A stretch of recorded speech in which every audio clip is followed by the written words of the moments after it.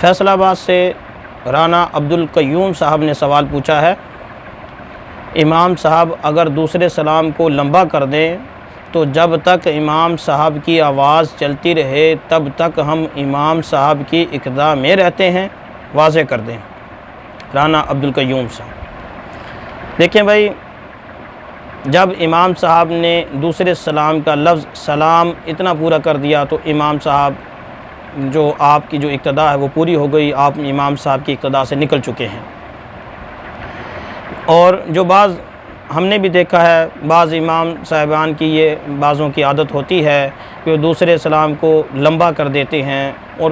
مقتدیوں کو بھی ہم نے ایسے دیکھا ہے کہ وہ جب تک امام صاحب، جیسے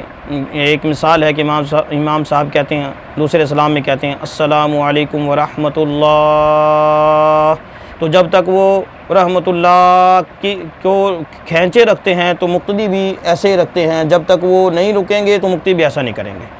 ایسا کوئی شرعی حکم نہیں ہے، یہ سلام کے طریقہ بھی درست نہیں ہے۔ دوسرا جو سلام ہے اس قدر لمبا کرنا یہ ویسے ہی درست نہیں۔ امام صاحب کو چاہیے کہ دوسرا سلام کچھ پست کرے، کم کرے، اور اس کو اتنا لمبا کھینچنے کی ضرورت نہیں ہے۔ اور اگر امام صاحب کھینچ ہی رہے ہیں تو مقتدیوں کی ذمہ داری نہیں ہے، مقتدیوں پر کوئی شرعاً لازم نہیں ہے کہ جب تک امام صاحب کی آواز نہ رکے تب تک وہ اپنے آپ کو اسی جگہ پر رکھیں، یعنی اپنے آپ کو یوں ہی سمجھیں شاید ابھی بھی ہم امام صاحب کے پیچھے ہیں، تو شرعاً ایسا کوئی حکم نہیں ہے۔ لہٰذا آپ کے امام صاحب جب دوسرا سلام پھیریں، جب آپ کے امام صاحب نے دوسرے سلام میں کہا السلام علیکم ورحمۃ اللہ، تو آپ کا بس آپ کی نماز پوری ہو گئی، آپ اپنے نماز کے امام صاحب کی اقتدا سے نکل چکے ہیں۔